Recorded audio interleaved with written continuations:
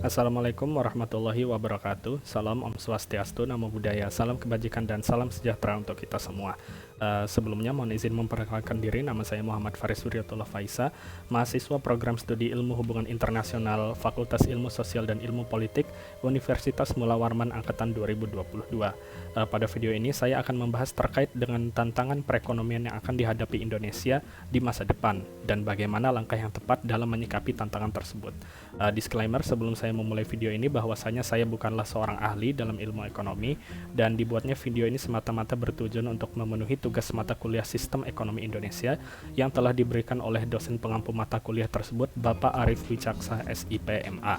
Video ini akan berisikan pemaparan serta pendapat saya sebagai seorang mahasiswa yang sedang dalam proses belajar mengenai sistem ekonomi Indonesia berdasarkan data serta informasi yang saya dapatkan.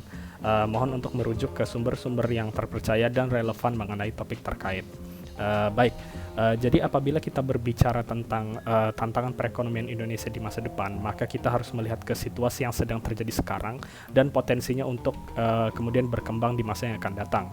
Di sini saya akan menggunakan pendapat dari Menteri Keuangan Republik Indonesia, Ibu Sri Mulyani Indrawati, dalam postingan Instagram beliau pada hari Rabu 10 Mei 2023 sebagai acuan. Dalam postingan tersebut, beliau mengatakan bahwa ia mendapat beberapa pertanyaan pada saat menghadiri town hall meeting Direktorat Jenderal Anggaran.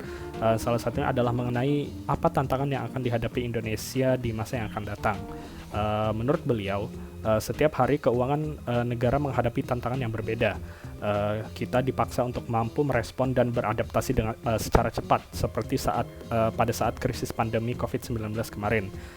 Seperti yang kita ketahui, mengutip dari artikel DJKN bahwa pandemi COVID-19 memiliki dampak yang sangat signifikan terhadap perekonomian Indonesia, mulai dari perubahan rantai pasok dunia hingga penurunan investasi asing ke Indonesia.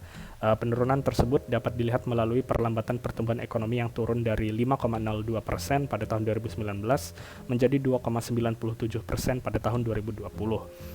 Perlambatan pertumbuhan ekonomi tersebut juga diikuti dengan peningkatan jumlah pengangguran yang menurut data Bank Dunia meningkat dari 5,28% pada tahun 2019 menjadi 7,07% pada tahun 2020. Kembali lagi ke postingan Ibu Sri Mulyani tadi, beliau kemudian menjelaskan bahwa sekarang dinamika perekonomian global menjadi semakin kompleks. Ke depan akan banyak tantangan untuk mewujudkan cita-cita Indonesia seperti persaingan geopolitik yang meruncing, perubahan iklim, teknologi digital, artificial intelligence, dan pandemi. Tantangan baru harus dijawab dengan cara baru pula, tidak hanya dengan kerja yang rutin, tapi kita juga harus mampu berubah dan berinovasi. Jika kalian ingin Indonesia maju, maka kalianlah yang harus memulainya. Begitulah kutipan dari postingan Ibu Sri Mulyani. Berdasarkan postingan ini, ada beberapa poin penting yang bisa kita ambil terkait beberapa tantangan bagi perekonomian Indonesia di masa yang akan datang, dan bagaimana langkah yang tepat dalam menyikapi tantangan tersebut.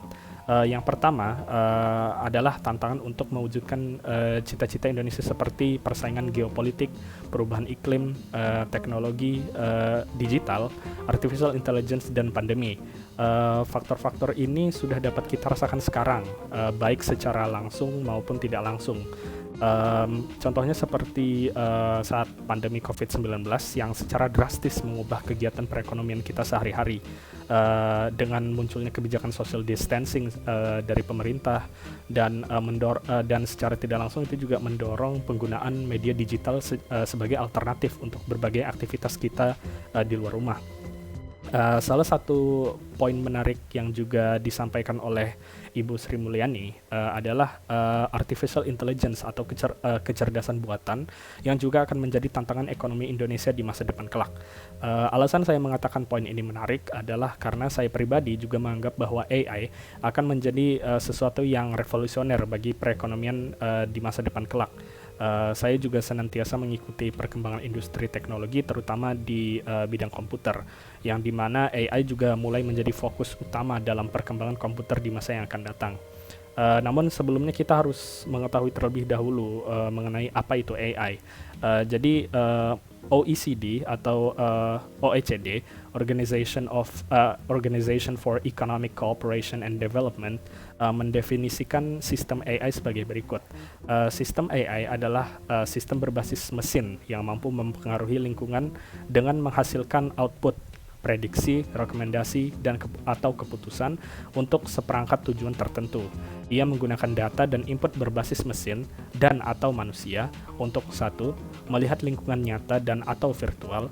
2. Mengabstraksikan persepsi-persepsi tersebut ke dalam model-model melalui analisis dalam sebuah cara otomatis, misalnya dengan pembelajaran mesin, atau secara manual. Dan 3. Menggunakan inferensi model untuk merumuskan pilihan untuk hasil. Sistem AI dirancang untuk beroperasi dengan berbagai tingkat otonomi. Sekian tadi adalah definisi oleh OECD pada tahun 2019. Nah, dengan definisi ini, saya ingin memberikan sebuah studi kasus pada Computex 2023 di Taipei, Taiwan, hari Selasa 30 Mei 2023, CEO dari Nvidia, Jensen Huang, banyak memaparkan tentang inovasi-inovasi yang dilakukan oleh perusahaannya dalam rangka mengembangkan AI yang akan menjadi yang dia mengatakan akan menjadi pasar yang sangat besar di masa depan kelak. Ia bahkan mengatakan bahwa di masa depan nanti setiap perusahaan besar akan memiliki pabrik AI dan membuat kecerdasan mereka masing-masing. Pertanyaan yang kemudian muncul adalah apakah kita siap untuk menghadapi perubahan tersebut?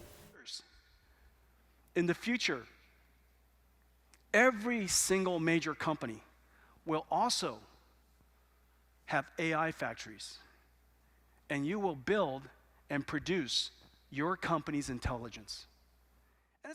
Menurut Grand View Research, pasar AI global saat ini bernilai sekitar 136,6 miliar US dollar.